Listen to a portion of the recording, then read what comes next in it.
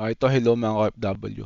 Yung mga pinapasa ko po sa inyo sa Messenger o sa pinopost ko po dun sa nire-reply ko sa inyo sa mga comments, yun po ay website, hindi po yun mga email para po isendin nyo ang inyong mga resume. Website po, kagaya po ng isa, yung suri.gl. Type nyo lang po sa inyong Google, buksan nyo lang po yung Google nyo, and i-type nyo lang po suli.gl. Ayan po, i-type nyo lang po siya, suli.gl. Makikita nyo po dyan yung job index. Andyan po lahat to 29,900 jobs na kailangan nila dyan.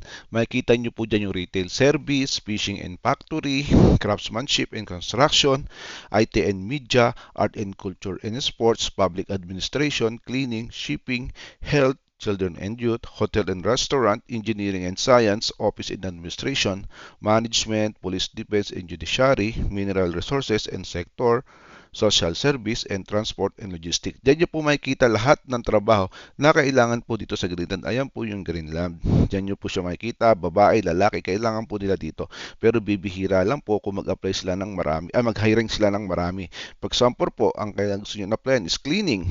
Makikita nyo po dyan, ang kailangan na 3 jobs. Ayan po, 3 jobs ang kailangan nila na hinahanap dito sa Greenland. Ngayon, kung hindi nyo po siya maintindihan o nakasulat sa Danish, pupunta lang po kayo sa 3 dots na yan. Ayan po yung 3 dots na to. Nakikita nyo po yan. Click nyo lang po yan. Then, hanapin nyo po yung translate. Ayan po, translate. Then, click nyo lang po yung translate. Then, English. Ayan, matik po yan. Magi-English po yan. Ayan o. Kagaya yan. Cleaning assistant, wanted 40 hours per week. Ngayon, view job nyo lang po pag gusto nyo makita kung ano yung pangailangan nila. Then, i-click nyo lang din po. Pag yan po ay nakasulat sa Danish, i-click nyo lang din po ulit yung translate. Makikita nyo po, English. Ayan. Matik po yan, magi-English po yan. Andyan po kung ano yung kailangan nila sa work task, we expect you to, ayan po, makikita nyo lahat yan. And apply lang po, click nyo lang po yung apply kung may naka-register na po kayo sa job index. Ako po naka-register na po, ayan po. I-register lang po kayo. Yan po yung isang site na pwede nyong pasahan ng inyong mga resume or ng inyong CV o ng inyong biodata. And next naman po is yung isa ay yung AgroJob Denmark. Type nyo lang po yung AgroJob Denmark. Ayan po. Then makikita nyo po AgroJob Denmark, Jobs in Denmark. Click nyo lang din po yan. Ayan po. Yan po ang lalabas sa inyong site pag nag-type po kayo ng AgroJob Denmark sa inyong Google. Diyan po, i-click nyo lang po yung apply. Then, makikita nyo po yung mga sasagutan dyan. Yan, sagutan nyo po lahat yan. Yan, lahat po yan sagutan nyo po. Importante po makaregistered po kayo dyan kasi once na napili kayo, patik po yan. Makakapasok po kayo ng Royal Greenland, isa sa pinakamalakas na company dito sa Greenland. Yan, sa inyo lang po yan. Then tatanungin lang po kayo kung couple kayo o hindi. Kung couple kayo, maaari nyo pong maisama ang couple nyo. Yan po yung isang site na pwede nyo pasahan ng inyong resume or CV. Mag-register lang po kayo dyan. And then next din po ay ang blue collar. Type nyo lang po yung blue collar. Ayan po yung blue collar.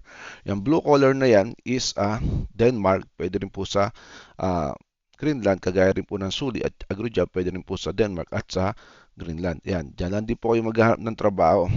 Mag-a-apply lang po kayo dyan. Yan po yung mga kailangan nila. You send your CV and we match your profile with relevance job. Ayan po yung 1, 2, 3, 4. Makikita nyo. Basahan nyo lang po yan. Ayan po ang mga kailangan nila. Butcher, smith fitter, welder. At to be honest din po, maganda rin po sa Denmark. Yan, sign lang po kayo dyan. Then, pasaran po kayo ng resume nyo. Diyan po makikita nyo po lahat ng posisyon na pwede nyo applyan at saka jobs na pwede nyo makita.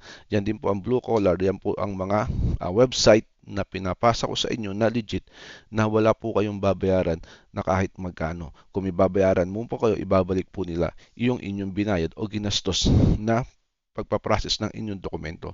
Kaya wag po kayo mag-alala sa mga site na binibigay ko sa inyo. Legit po yan. Kayo na po ang bahala kung nasa sa inyo po kung magpapasa kayo o hindi. At sana po lahat kayo makapasa at makapunta rin din po dito sa Greenland o sa Denmark at mabigyan kayo ng chance na makapagtrabaho at makapagbigay ng maayos na buhay sa inyong pamilya. Yun lang po mga ka-OFW, no? Sana po makatulong itong binigay ko sa inyong mga website na pwede nyo applyan. Good luck sa inyo and happy sa pag-apply. God bless!